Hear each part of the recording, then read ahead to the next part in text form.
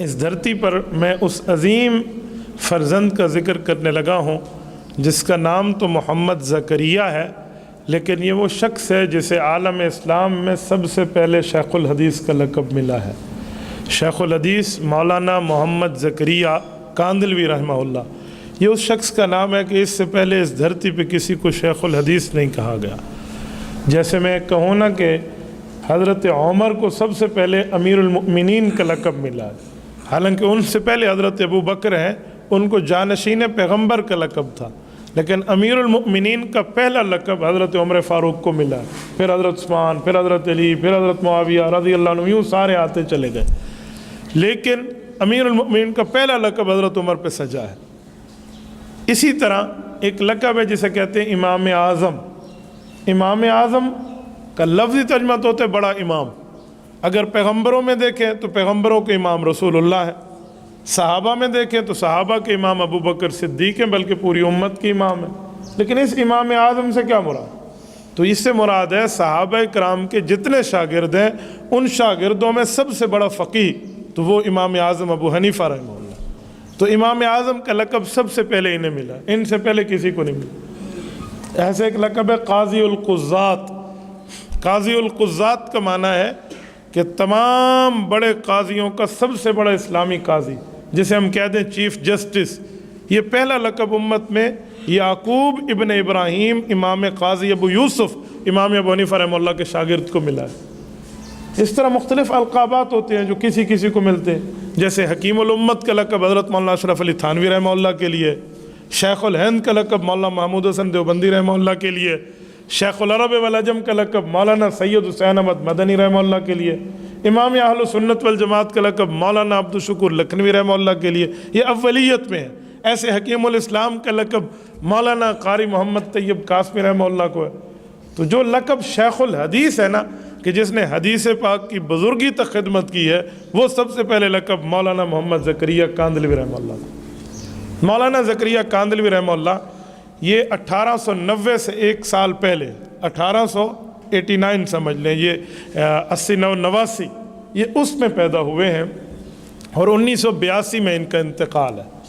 یعنی ان کا انتقال چاند کے حساب سے تو 95 سال بنتا ہے، اور اگر ہمارا جنوری فروری کے حساب سے دیکھیں تو یہ کم از کم 92 سے 93 سال کے حضرت شیخ الحدیث رحمہ اللہ نے عمر پائی ہے۔ مولانا زکریا رحمۃ اللہ علیہ فرزند ہیں مولانا محمد یحییٰ رحمہ اللہ کے۔ مولانا یحییٰ کاندلوی رحمہ اللہ بہت بڑے عالم ہیں، اور مولانا رشید احمد گنگوہی رحمۃ اللہ علیہ جتنی حدیث پاک کی خدمت کیا کرتے تھے، تو جتنی فتویٰ لکھوانے کی ترتیب رکھا کرتے تھے، وہ مولانا یحییٰ کاندلوی رحمہ اللہ کے حوالے تھا کہ یہ اس کو خود تحریر فرما کر امت کے حوالے کر دیتے تھے۔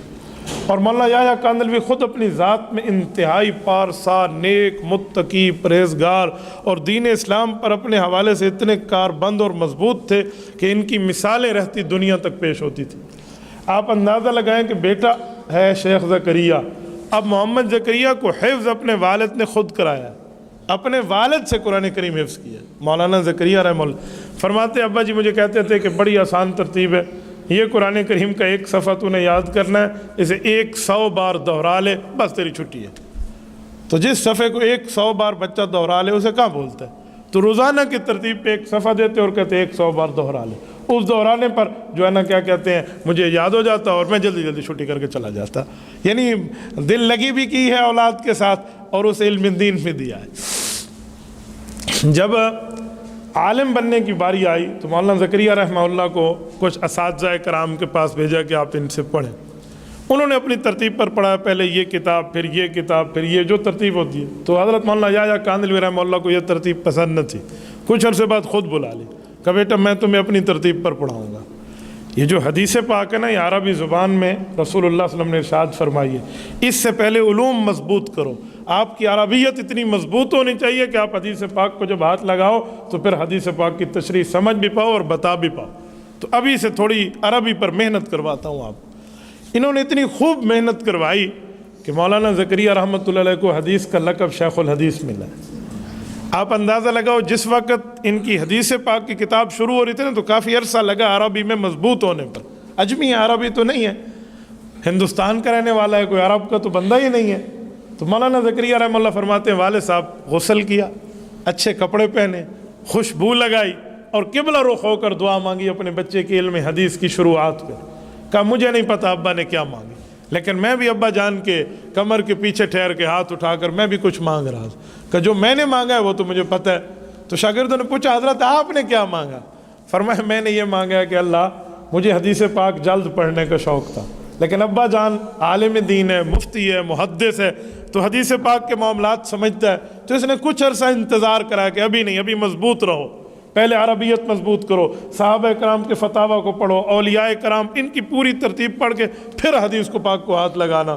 تو اللہ تھوڑی دیر ہو گئی ہے مجھے حدیث پاک شروع کرنے میں، مولا وفات تک مجھے حدیث کی خدمت سے جدا نہ کرنا. کہتے میں یہ مانگ رہا تھا اور یہی ہوا ہے. یار اس شخص کی علم حدیث کی خدمت آج دنیا میں، حیران ہو جاتا ہے بندہ. حضرت مولانا زکریا رحمۃ اللہ علیہ.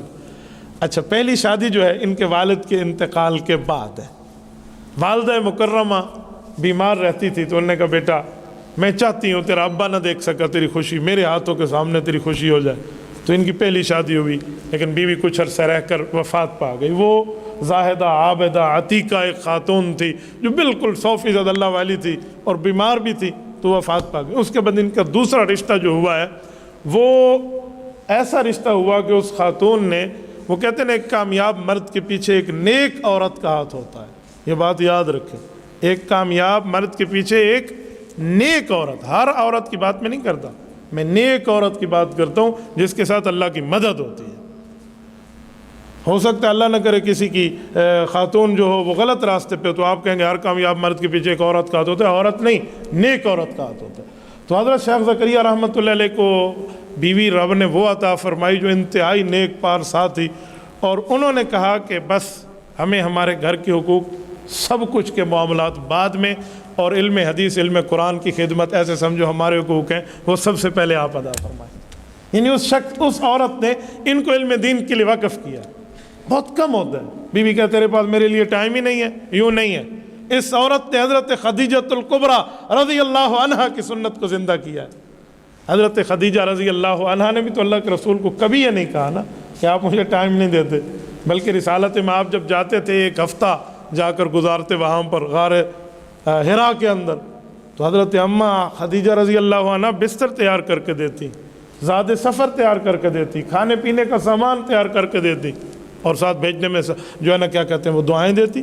کہتے ہیں کامیاب ماں اور کامیاب بیوی وہ ہے جب اس کا شوہر یا اس کا بیٹا گھر سے باہر جائے اور دروازہ بند ہو تو اللہ کے لیے ہاتھ اٹھا لے کہ میرا اللہ اس کی مدد اور نصرت فرما.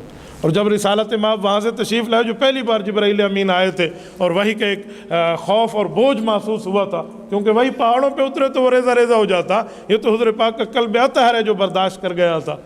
تو حضرت رسول اللہ کے چہرے پر پریشانی دیکھ کے اماں خدیجہ نے 5 لفظ فرمایا واللہ لا یخزئک ابدا انک لتصل الرحم وتحمل الکلب وتقری الضیف وتکسب المعدوم وتعین علی نوائب الحق.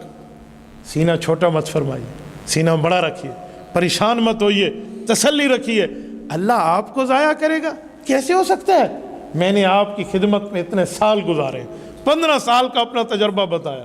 رسالت میں آپ کی 25 سال عمر تھی جب اماں خدیجہ آئی، 40 سال عمر تھی جب اعلان نبوت ہوا. تو فرمایا میں نے 15 سال میں آپ کو دیکھا ہے، دن رات آپ کے دیکھے ہیں. انک لتصل الرحم، آپ سے بڑا صلہ رحمی کرنے والا کوئی نہیں ہے. وتحمل الکلب، بوجھ اگلے کا ہوتا ہے، اس کو بوجھ اٹھانے میں مدد آپ کرتے ہیں. وتقری الضیف، مہمان آپ کے دروازے سے کبھی خالی نہیں جاتا. وتکسب المعدوم، لوگ اس کے لیے کماتے ہیں جو ان کے ہوتے ہیں، آپ ان کے لیے کماتے ہیں جو کمانے کی حیثیت ہی نہیں رکھتا. وتعین علی نوائب الحق، آفت خدا بندی ان پر آ جائے لیکن آپ اپنی صلاحیتوں کو ان لوگوں کے لیے وقف کر دیتے ہیں. ایسے بندے کو رب کبھی ضائع نہیں کرے گا. یہ وہ روح ہے جو رسالت مآب علیہ الصلوۃ والسلام کی تسلی کے لیے حضرت اماں خدیجۃ الکبریٰ کی زبان اقدس پیدا ہوئی. تو یہاں بیوی بھی ایسی ملی حضرت شیخ زکریا رحمہ اللہ کو، ایسی صفات والی. ورنہ تو ہم جیسے تو آل بیت اور صحابہ کے قدموں کی دھول کہاں، جنہوں نے اس یاد کو تازہ کیا.